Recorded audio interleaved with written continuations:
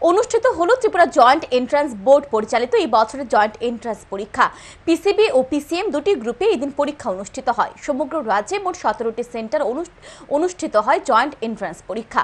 Tripura joint entrance বোর্ডের chairman doctor রাজা চক্রবর্তী এদিন আগরতলা শহরের বেশ কয়েকটি পরীক্ষা সেন্টার ঘুরে দেখেন।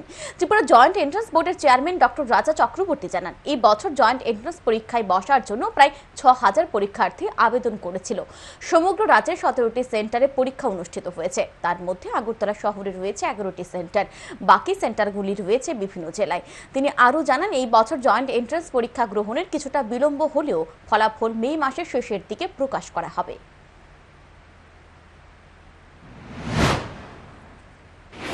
আপনি আগরতলা শহরের কোন কোন কেন্দ্রে গিয়েছেন স্যার? আগরতলা সেন্টারে আমরা এখন এই সেন্টারে প্রথম এসেছি, আরও 2-3টে সেন্টার করার আমাদের পরিকল্পনা আছে। আচ্ছা, এবছর কতজন ছাত্রছাত্রী স্যার আবেদন করেছেন? এবছর প্রায় ধরুন 6000। আচ্ছা, ব্যবস্থাপনা কিরকম স্যার পরীক্ষা কেন্দ্রগুলিতে? পরীক্ষা কেন্দ্রের ব্যবস্থাপনা খুবই ভালো এবং তারা খুব স্ট্যান্ডার্ড মেনটেন করে সমস্ত কিছু করছে।